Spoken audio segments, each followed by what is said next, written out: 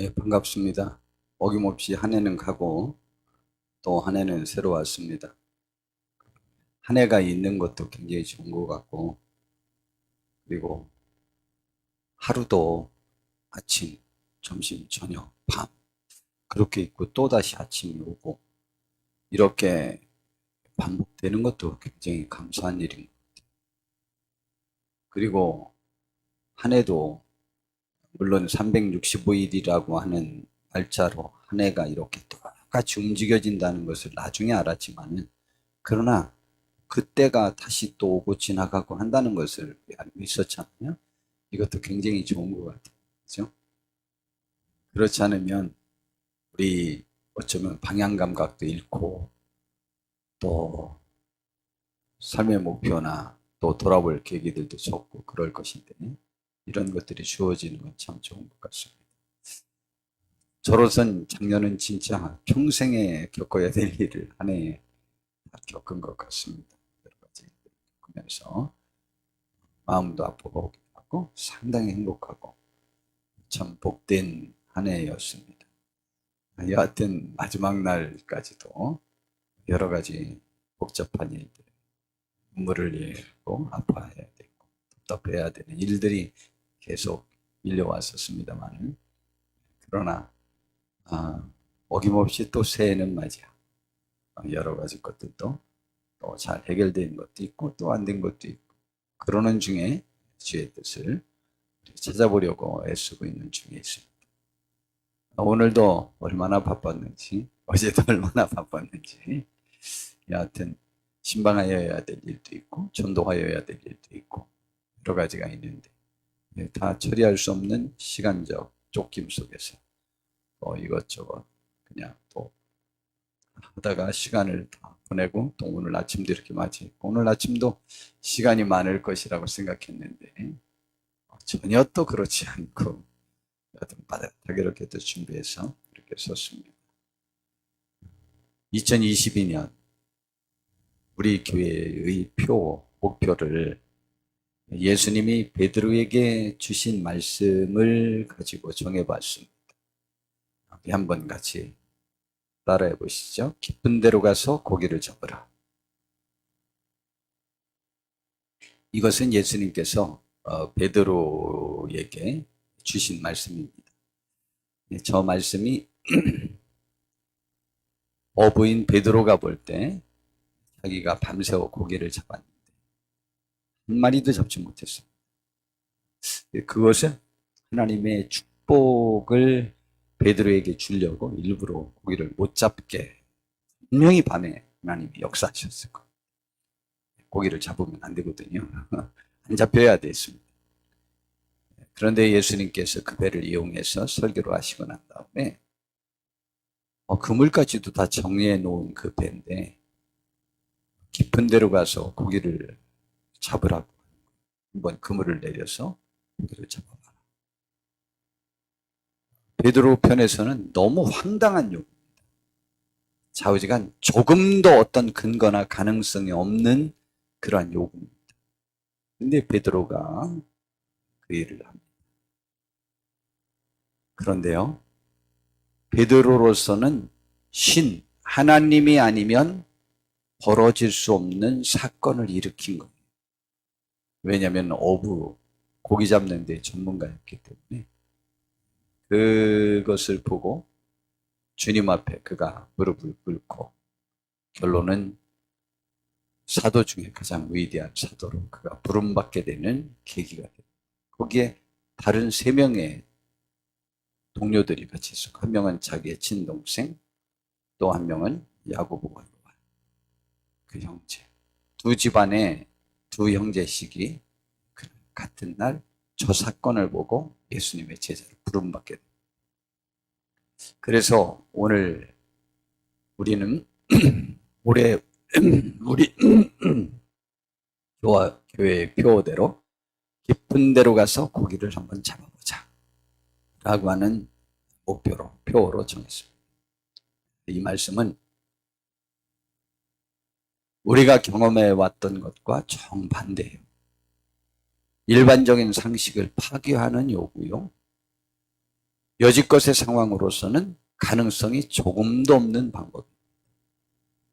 그래서 지역과 방법, 상식을 넘어서 주의 명령을 따라 한번 시행해보자. 그렇게 해서 하나님의 역사를 이루어보자 라고 하는 것입니다. 그런데 말씀을 듣고 배우고 혹은 계시도 받고 그러고 난 다음에 한 것이지 무조건 한 것은 아닙니다. 우리 오늘 이 시간 이 말씀이 우리들에게 큰 도전이 되고 힘이 되었으면 좋겠습니다. 작년에 상당히 어려웠지만 작년에가 요 근래 몇 년 사이에 우리 교회에서 사실은 알찬 새신자는 가장 많이 늘어난 해입니다. 참 신기하죠. 정말 신기합니다. 그래서 우리 잘 모르는 것. 그러니까 하나님의 명령이 우리들에게 영향력이 있게 되기를 바랍니다.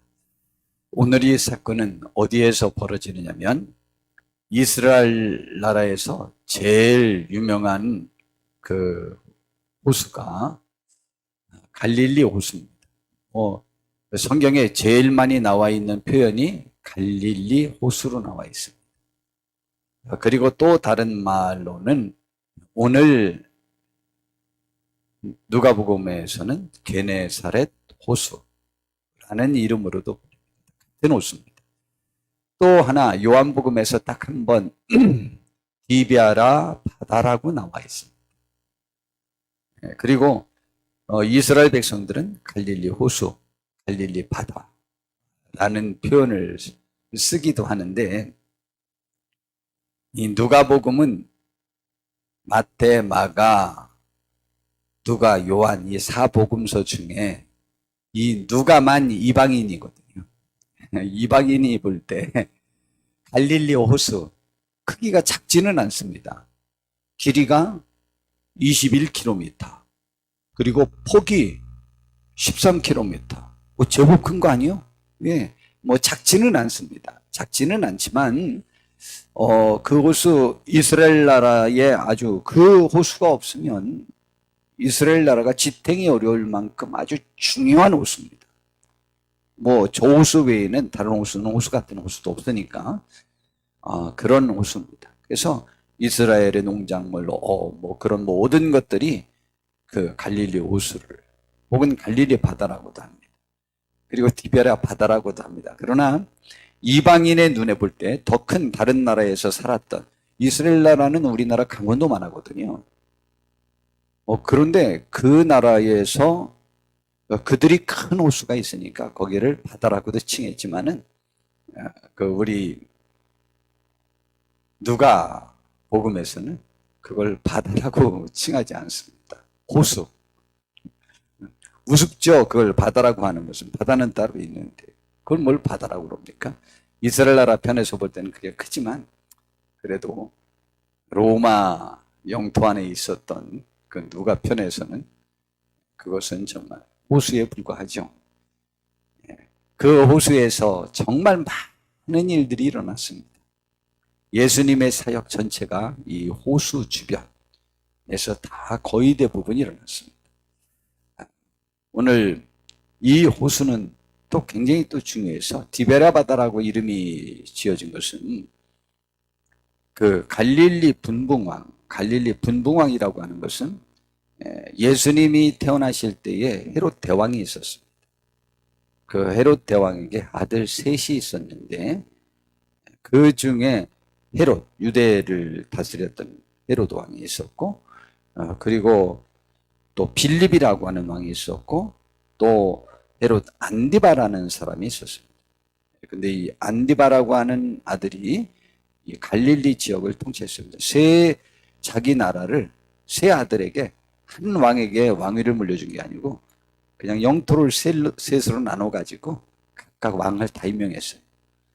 그런데 그 헤롯 안디바라고 하는 분봉왕이 그 갈릴리 지역에 있었던 사람인데 저 갈릴리 호수 서쪽계에 그 당시에 로마 황제인 디베라라고 하는 사람의 이름을 따서 디베라라고 하는 도시를 세웠습니다.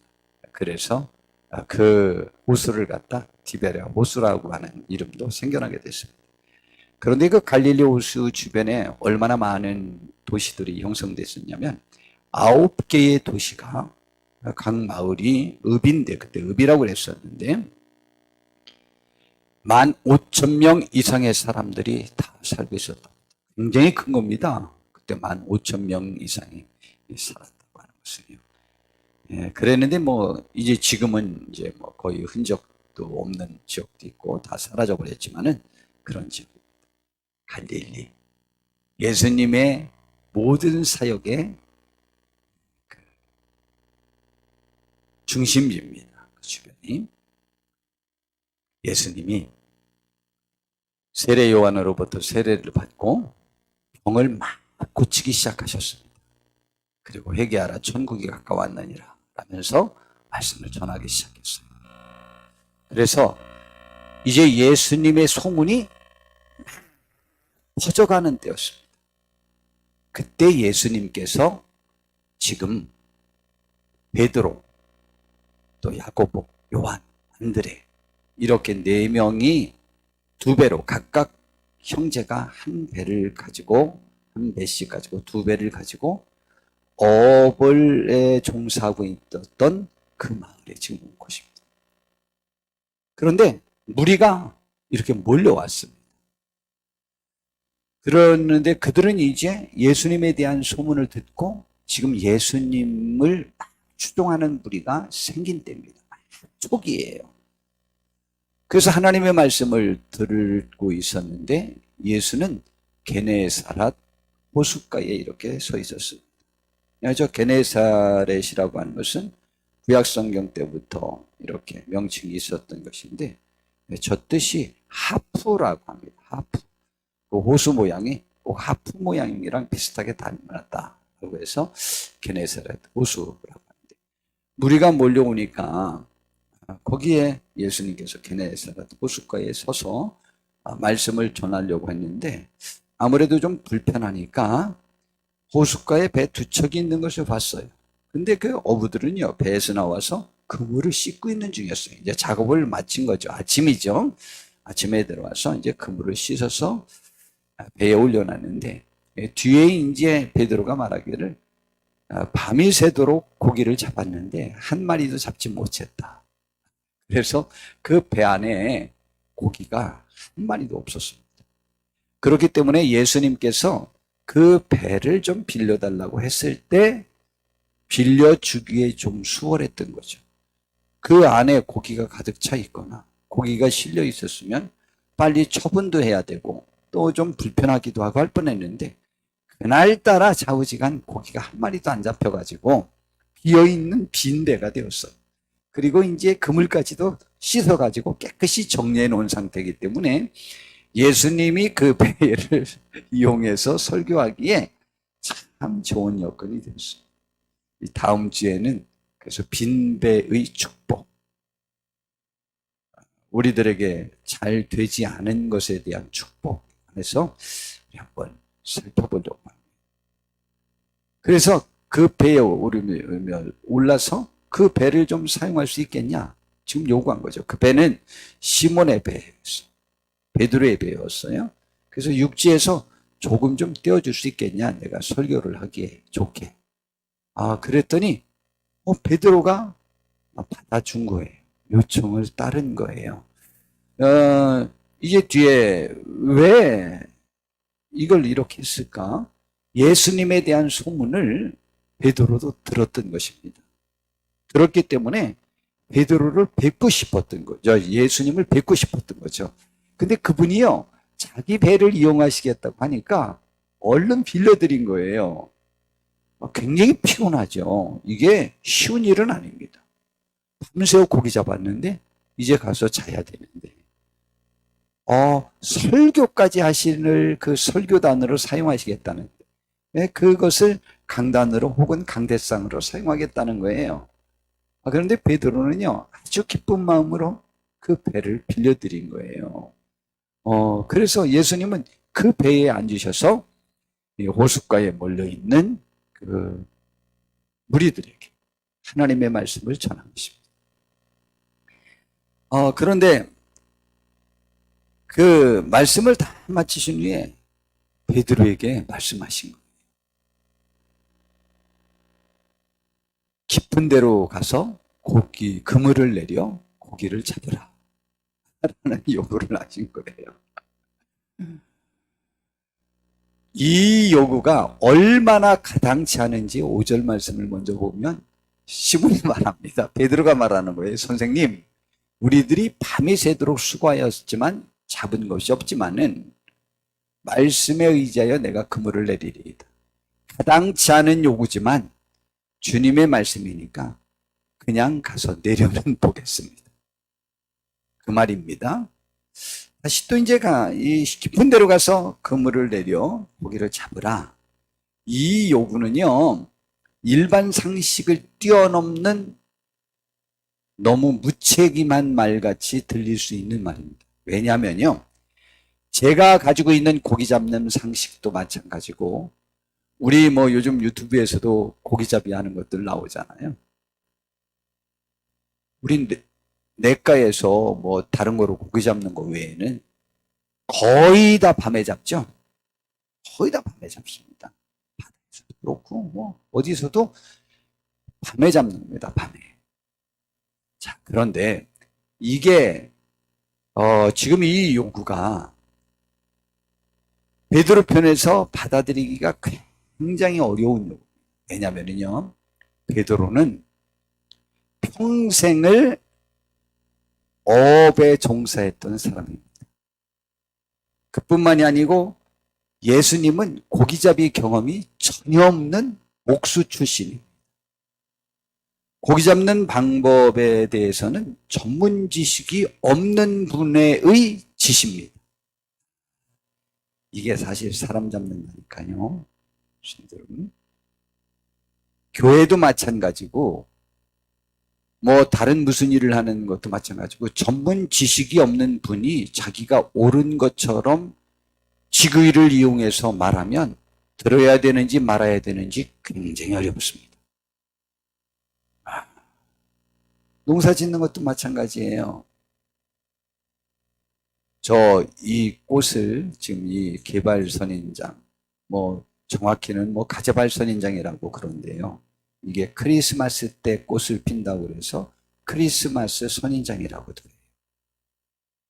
근데 제가 겨울을 나면서 제가 직접 꽃을 피워본 처음이거든요.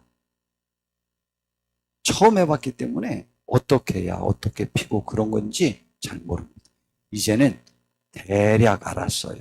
그런데 아직도 이 겨울을 안 지나봐서 겨울을 어떻게 지내면서 관리해야 되는지를 제가 지금 몰라요. 지금까지는 이제 차이점을 좀 알았어요.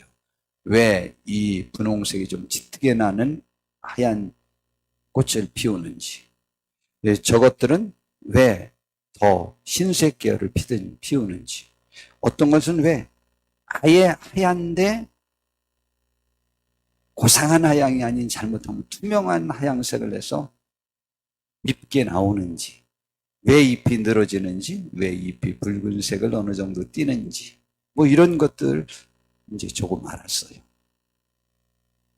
그런데 이렇게 전문가가 아닌 사람의 요구가 사실은, 그래서 이런 말이 있잖아요.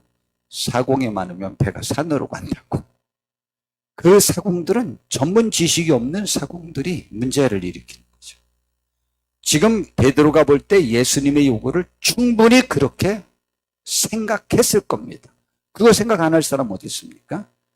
두 번째, 고기잡이의 최적의 시간대는 그로 인해서 발생되는 것이 있는데 밤입니다. 그렇게 베드로의 일행도 밤에 고기잡이를 한 것입니다. 여지껏 평생 동안 그렇게 왔던 겁니다. 왜냐하면 그것이 잘 잡혔기 때문에 그렇게 한 것입니다. 그런데 지금은 햇빛이 강한 낮입니다. 상당히 잡히기 어려웁니다. 또 세 번째, 그뿐만이 아니고 고기 잡는 시간대에 따라서 잡기에 적당한 깊이가 따로 있습니다. 왜냐하면 그물을 던져야 되기 때문에. 그물이 그 고기를 덮치는 시간과 고기가 도망가는 시간과 그 물의 깊이가 적당해야 고기가 빠져나가지 못하게 되거든요. 근데 낮에 그물이 보이는 상태에서 그물을 내리면 물고기들, 우리 사람이 이렇게 지나가면 이쪽으로 도망가고 하기로 그러잖아요. 그물을 혹시 쳐봤습니까? 투망을 던지면 고기들이 흩어집니다. 그리고 깊으면 밑으로도 도망갑니다. 그렇기 때문에 그물을 칠 때는 그물을 물고기들이 보고 도망가는 그 시간, 그 모든 것들이 계산되어서 그물을 쳐야 됩니다. 깊이를. 깊은데 고기 많다고 던진다고 해서 잡히지 않습니다. 그런데 시간대에 따라서 잡히는 수 있는 적당한 깊이가 있는데 밤도 아니고 낮에는 깊은 데서 고기 잡는 기는 사실은 불가능합니다. 그런데 예수님께서는 깊은 데로 가서 그물을 내려 고기를 잡으라고 하셨습니다. 그리고 지금 또 베드로 자신에게 있는 상황상 한 마리도 잡지는 못했지만 밤새워 고기를 잡느라 지금은 너무 지쳐 있었고 고기가 안 잡히면 더 힘들다는 거 제가 자주 말씀드렸죠. 그물도 다 씻어서 정리해 놓았기 때문에 다시 수고스러운 일을 하기가 참으로 어려운 상태였습니다.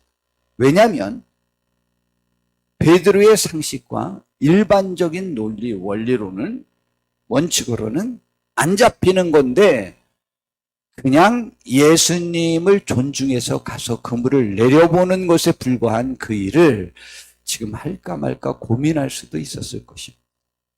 그래서 베드로가 예수님께 말씀드리는 겁니다. 선생님, 우리들이 밤이 새도록 수고는 했습니다. 잡은 것이 없지만 그러니까 밤에도 안 잡혔으니 낮에는 오늘은 더더군다나 안 잡힐 것 같습니다라는 말이에요. 그런데 말씀에 의지하여, 말씀을 의지하여라고 하는 것은 말씀을 믿고 말씀을 붙잡고 라고 하는 뜻처럼 보이는데 꼭 그런 뜻은 아니고 성경에 보니까 선생님이 말씀하시니까 그물을 치겠습니다. 공동번역에서는 그렇게 말했고요. 또 새 번역에서는 선생님의 말씀을 따라 그물을 내리겠습니다. 현대인의 성경에서도 그러나 선생님이 말씀하시니 한 번 더 그물을 쳐 보겠습니다. 현대어 성경에서도 그러나 선생님이 그렇게 말씀하시니 다시 해보겠습니다. 해보겠다는 것 뿐이에요. 그러면 베드로는 그때의 심정이 어땠을까? 제가 생각을 해봤습니다. 어쩌면 고기가 잡히는지 안 잡히는지는 베드로의 관심이 지금 아니었을지도 모릅니다. 그러면 베드로는 왜 그 예수님의 말씀에 순종할 필요성을 느꼈을까?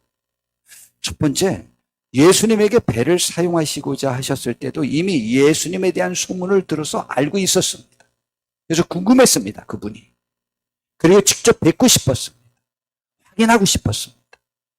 그랬는데 두 번째, 피곤하가 밤을 새워서 고기잡이를 했음에도 불구하고 자신의 배에서 설교하시는 예수님의 말씀을 들으면서 피곤한데도 집중해서 들었던 거예요. 들으면서 예수님에 대한 깊은 신뢰심이 이전에 호기심과 신뢰심이 생겼던 것과는 비교할 수 없을 만큼의 자기의 헛수고를 투자해서라도 그분의 말씀에 따라보는 것들에 대한 가치를 느낄 만큼 그분을 신뢰하게 됐습니다.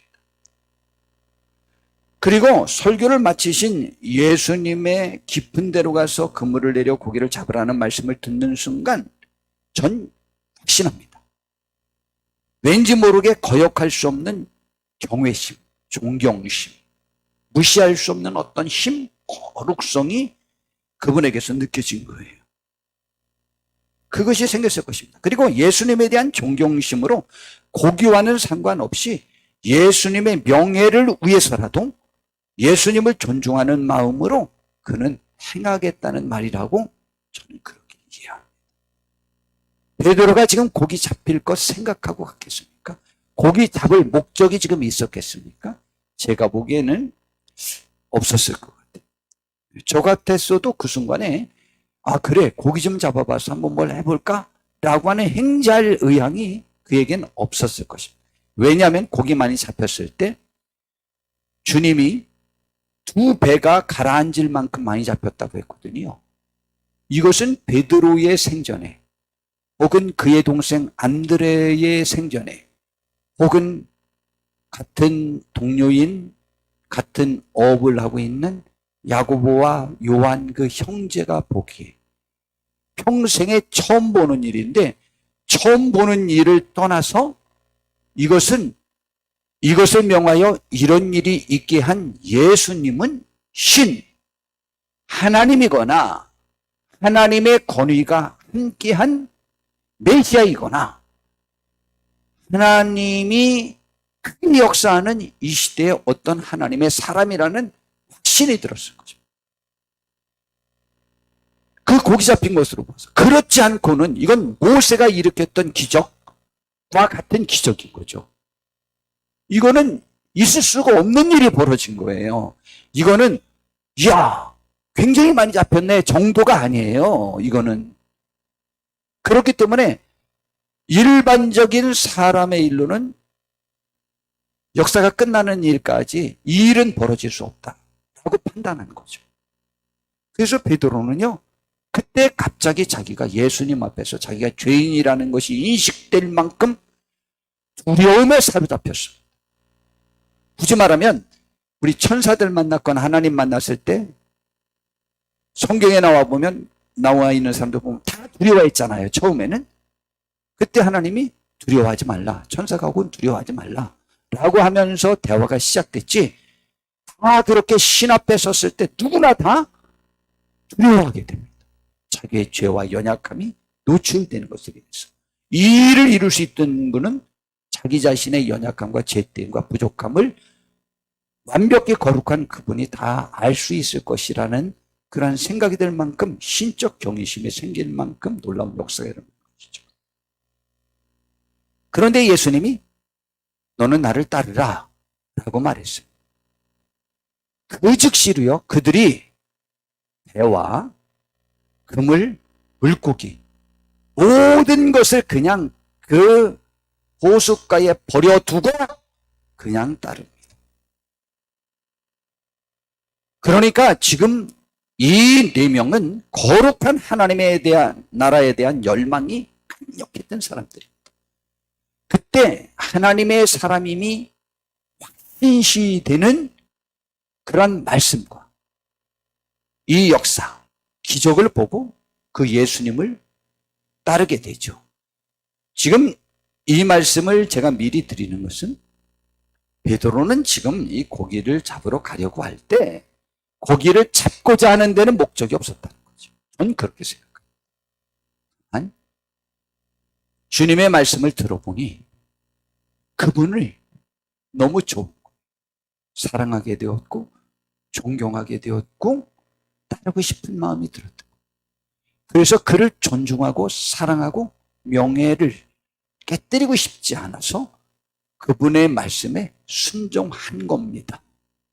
여러분, 이것이 사랑입니다.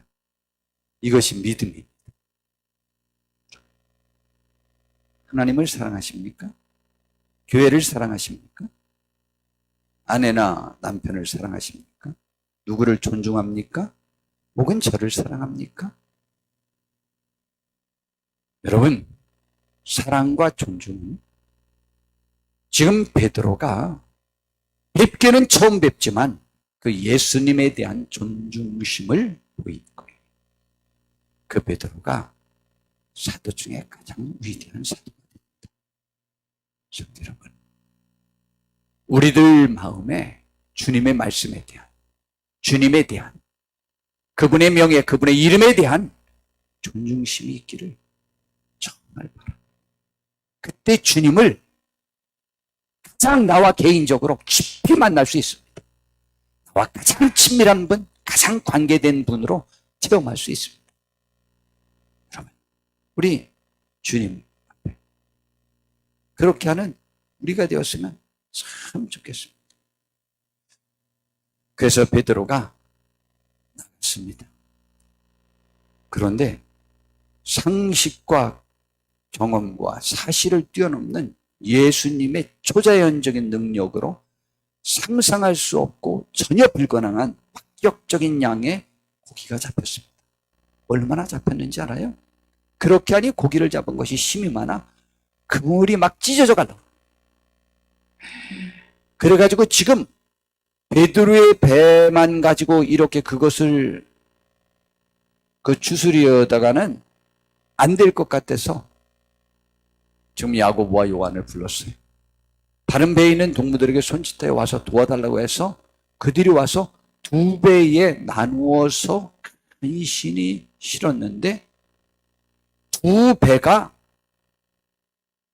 잠기게 될 만큼, 잘못하면 바다에 빠져들어갈 만큼 많이 잡혔어요.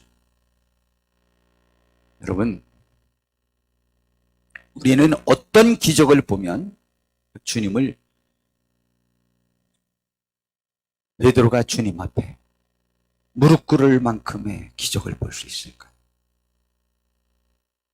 성도 여러분, 우리는 주님에 대한 예의가 있으십니까? 전 진짜 여쭤보고 싶어요.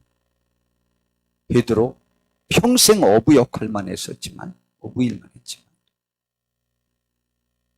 존중해야 될 자를 존중하는 예의가 있었어요. 겸손함이 있었습니다. 그리고 하나님의 나라에 대한 소망이 있었던 사람. 그래서 하나님의 말씀을 전하는 그분에 대한 하나님을 대하듯이 대하는 그러한 존중감이, 이러한 일이 체험되기 전에도 있었습니다. 우리는 하나님에 대하여 그런 마음을 가질 수 있으면 참 좋겠습니다. 하나님 혹은 그분의 말씀, 그분의 말씀을 전하는 교회들, 목사님들, 또 함께하는 성도님들이 우스워 보이는 이 시대, 내가 교회를 다니면서도 충분히 무시하는 그러한 것이 당연하고 내가 더 훌륭한 것처럼 생각되는 그러한 마음들이, 우리가 좀 변화되어서 성경은 나보다 못나고 부족하고 연약한 자들을 주님처럼, 모든 사람을 주님처럼 대하라고 했는데, 우리는 우리들의 마음속에 과연 어떠한 마음인지, 어떤 마음이 있는지 잘 생각해 보시고, 송구영신 예배 때도 제가 말씀드렸듯이 사울 왕은 백성들을 두려워했어요. 하나님의 말씀입니다. 그런데 놀라운 사실은 사람들에게 예속되는 사람, 사람들에게 잘 보여야 자기가 될 것 같다고 생각해서 사람들에게 아부성 삶을 잘 사는 사람일수록 사람에게 포악합니다. 놀라운 사실은 사람에게 예속되지 않는 사람들일수록, 하나님에게 예속되어지는 사람들일수록 사람을 하나님처럼, 주님처럼 돼요. 시대를 살펴보십시오. 교회를 보십시오. 사람들을 보십시오. 감정적이고 폭력적인 많은 사람들일수록 비굴한 경우가 많습니다. 근데 참 신기하죠. 조용한 듯, 예의 바른 듯 사는 사람일수록 참다운 가치에는 조금도 비굴함을 보이지 않고 굴하지 아니하고 그 길로 가서 위대한 아름다운 일들을 이루는 사람들을 볼 수 있어요. 베드로 성격 굉장히 급한 사람입니다. 그러나 내면 속으로는 참다운 가치에 대한 연구가 있었던 복된 사람이었습니다. 그의 심령은 천국을 보기를, 하나님 나라 보기를 갈망하면서 심령이 가난했던 사람이시죠. 오늘 이 사건을 통해서 말씀의 중요성을, 우리는 하나님에 대한 가치의 중요성을 깨달아야만 합니다. 성경은 이스라엘 백성들에게 광야로 나가라고 말씀하십니다. 또한 홍해로 요단강으로 들어가라고 말씀하십니다.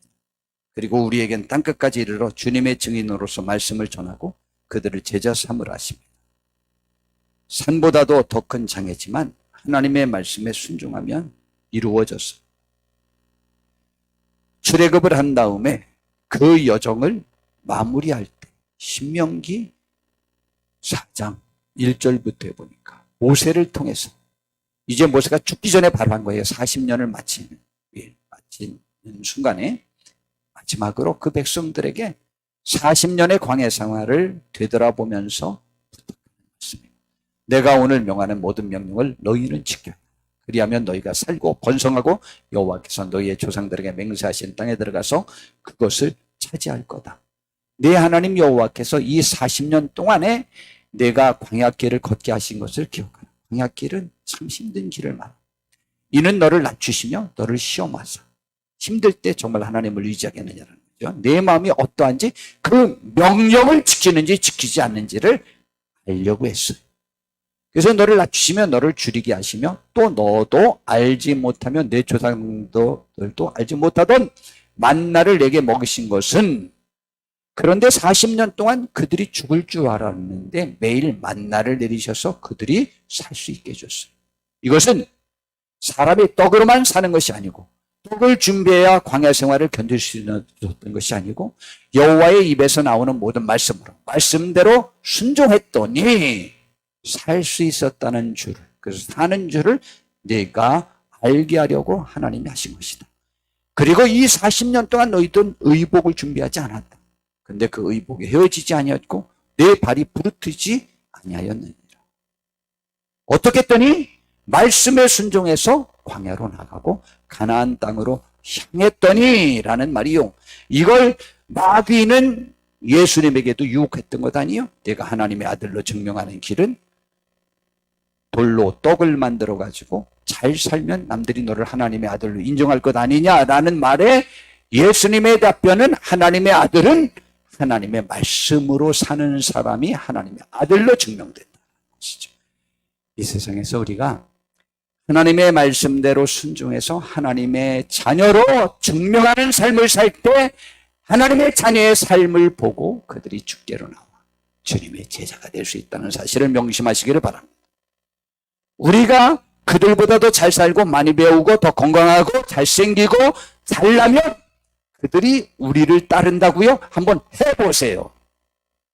그렇다면 예수님께서 왕궁에서 태어났을 것이고 가장 능력이 있는 자, 가장 학식이 있는 자, 가장 부자 속에서 태어났을 거예요.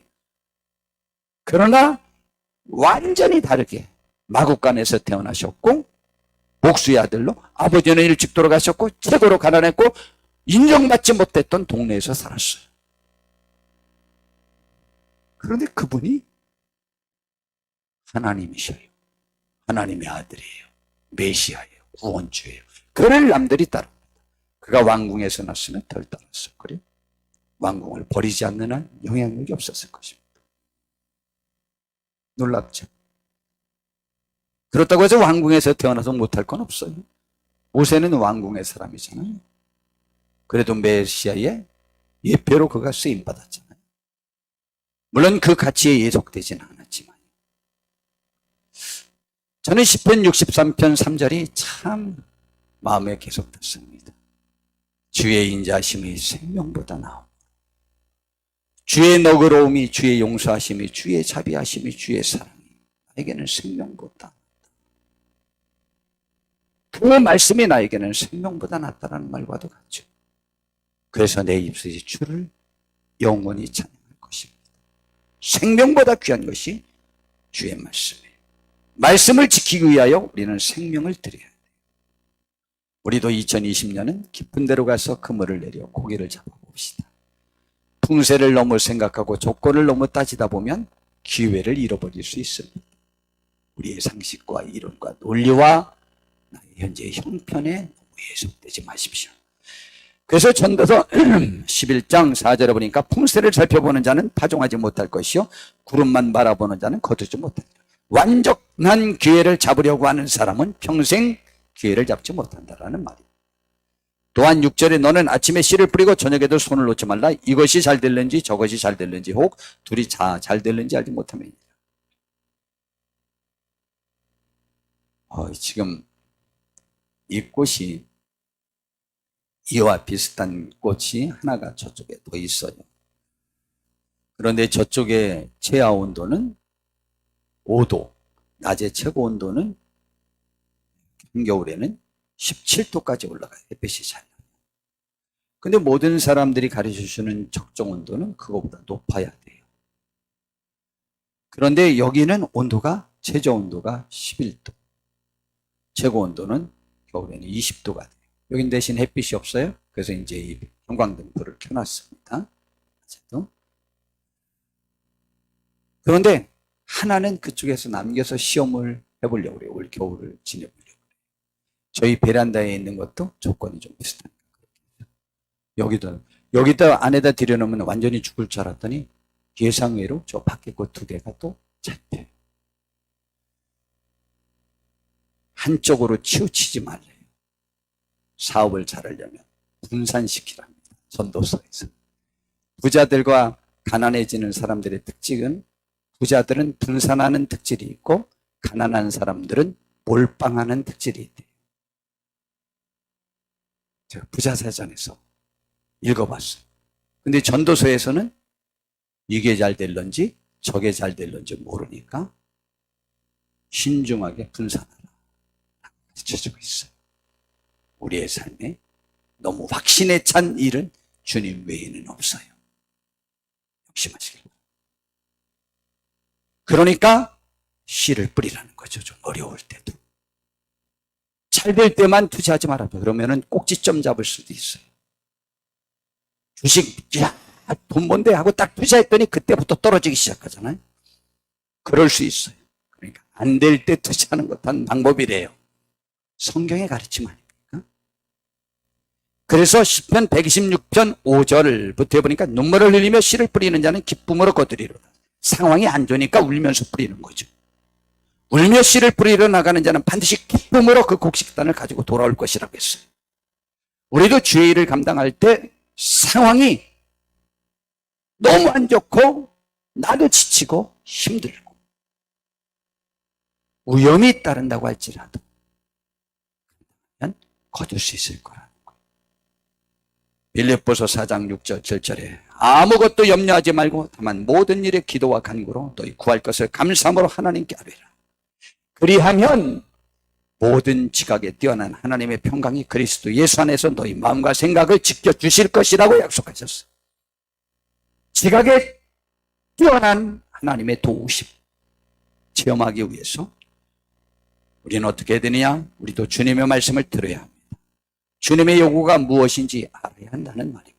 그것은 말씀을 통해서 알아야 됩니다. 기도하면서 하는 계시, 들에 집중하는 사람들은 결정적인 순간에 하나님의 말씀의 뜻에 따르지 아니하고 내 감정에 치우쳐요. 기도해서 계시도 받으십시오. 그러나 결정은 말씀에 근거하여 하십시오. 두 번째, 우리도 주님의 말씀에 순종해 봅시다. 그래서 우리도 큰 고기를 많이 잡아 봅시다. 우리는 흔히 해오던 습관대로 많은 일들을 합니다. 이미 검증된 일들이기 때문에 안전하기도 합니다. 제가 저희 성도님들에게 한 10여 년 전에 말씀드렸죠. 일반 라면들과 짜파게티를 섞어서 끓여 먹어보시라고. 부드럽고 순한 맛이 나면서 괜찮다고요. 그런데 대부분의 사람들이 이상할 거라고 했습니다. 그런데 몇 년 후에 짜파구리 열풍이 일어났습니다. 교회 안은 참 평안합니다. 오랫동안 알고 지내던 성도님들과의 교제가 참으로 좋습니다. 그런데 저도 그렇습니다. 약간 어색한 세상으로 우리는 강하게 나가야 합니다. 그래야 주님의 지상명령을 완수할 수 있습니다. 어느 분의 설교문에 보니까 얕은 물가에는 큰 물고기가 없다고 합니다. 정말입니다.